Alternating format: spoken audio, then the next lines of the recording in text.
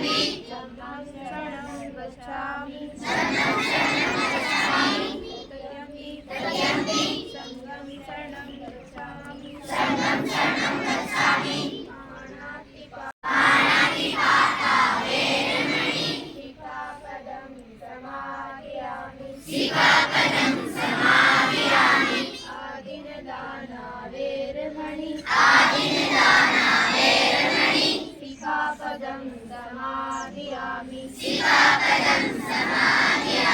कामेषु मिच्छाचारा वेरमणि सिक्खापदं समादयामि मुसावादा वेरमणि सिक्खापदं समादयामि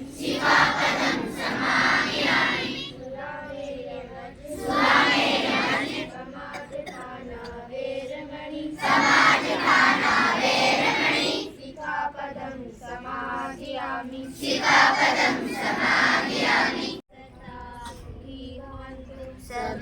सदा सुखी भवन्तु सर्वे भवन्तु जयकेमिनो सर्वे भद्राणि पश्यन्तु मा किञ्चित् दुःखमागमः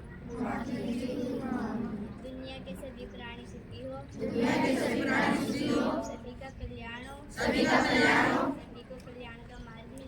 को कल्याण का मार्ग मिले किसी को कोई दुख ना हो।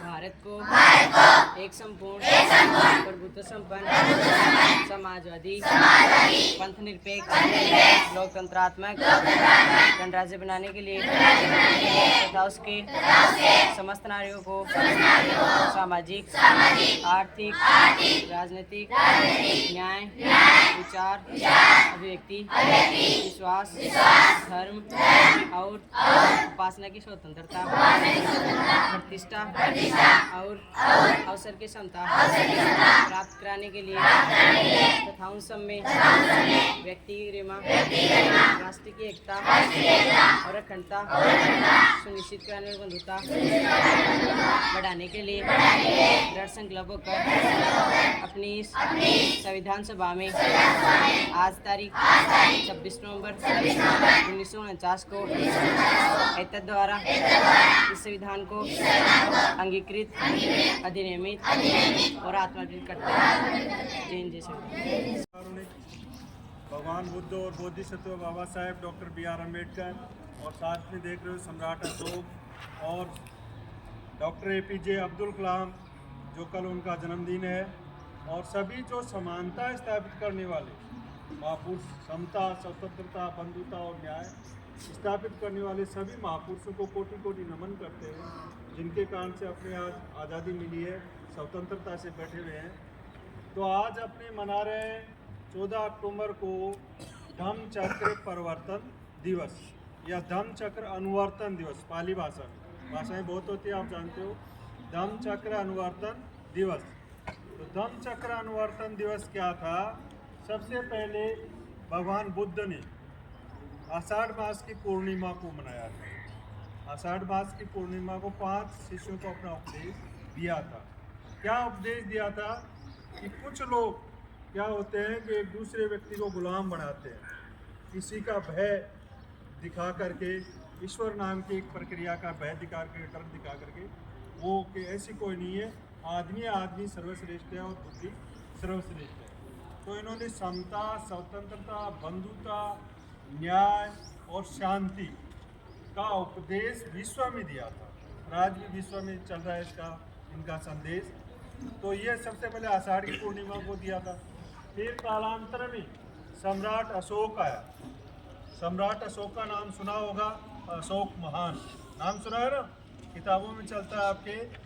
तो कलिंग युद्ध के बाद में पहले तो राजा था, लेकिन नरसंहार हुआ कलिंग युद्ध में। तब एक बौद्ध भिक्षु ने बताया कि आपने बहुत वो कर रहा था, मतलब खुशियाँ बांट रहा था युद्ध करके। तब उसने खुशियाँ किस बात की? मैंने युद्ध जीत लिया। युद्ध कहाँ जीता गया? चलो मैं दिखाता हूँ आपको। तो युद्ध क्षेत्र में लेके गए तो कोई के हाथ कटा हुआ, पैर कटा हुआ, ऐसे कटा हुआ दिख रहा था। किसको? सम्राट अशोक को दिखा। तो देखो ये तो हिंसा हो गई, बहुत तगड़ी हिंसा हुई है। तो उसी समय से उनका हृदय परिवर्तन हो गया और मानव कल्याण के कार्य, मानव कल्याण के कार्य क्या होते हैं? समता, स्वतंत्रता, बंधुता, उसके लिए कार्य किया। जैसे मानव कल्याण का कार्य है हॉस्पिटल निर्माण करवाना, कुएं, मतलब उस समय कुएं थे, पानी पीने के लिए कुएं, बावड़ी खुदवाना, सड़कें बनवाना, विद्यालय खुलवाना, स्कूलें खुलवाना, ये क्या होते हैं? मानव कल्याण के कार्य होते हैं उसी समय से। और मानव कल्याण का कार्य का मार्ग कौन सा है? भगवान बुद्ध का मार्ग है। उस समय अशोका विजयादशमी, जो आप ये दशमी मनाते हो ना, ये अशोका विजयादशमी है। उस समय ये मार्ग अपनाया था किसने? सम्राट अशोक। फिर वही दिन था 14 अक्टूबर का दिन, बाबा साहेब ने 14 अक्टूबर का दिन था और वही अशोका विजयादशमी, लेकिन अब चेंज हो गया। उस समय पहले तो वो तारीख ही नहीं थी। जब सम्राट अशोक ने परिवर्तन किया, ये मतलब मानव कल्याण का मार्ग चुना, तो उस समय तो तारीख ही नहीं थी, उस समय तो दशमी थी, है ना? तो अशोका विजयादशमी थी। और अब उस समय क्या तारीख आ गई थी? बाबा साहब ने बताया, बीच में कालांतर में गुलाम बनाने वाले लगे रहे आदमी को। फिर बाबा साहब को पता चला कि यार ये भी आदमी को गुलाम बना रखा है। इतिहास भी उनके लिए विदेशों में चला गया इतिहास। अब आपको इसके लिए पुस्तकें पढ़नी पड़ेगी, पुस्तकों में ये सारी चीज़ें।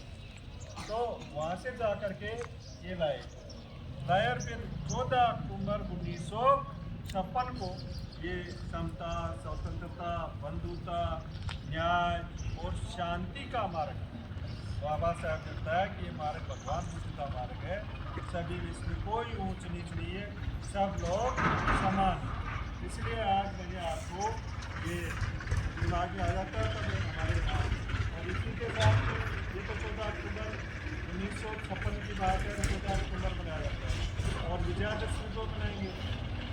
अब इसमें आपके आगे कल ही एक महापुरुष की और जयंती है, कौन बताएगा? कल एक महापुरुष की जयंती है, कल 15 अक्टूबर को, उसको भी याद कर लेते हैं। मैंने याद भी किया एक लाइन के अंदर, पहले पाओ, पहले आओ, पहले पाओ, वो एक नाम वो भी हो जाएगा उसका। वेरी गुड, शाबाश। क्या नाम है बेटा? आजा इसका पेन लाओ, पड़े हुए पेन लेते।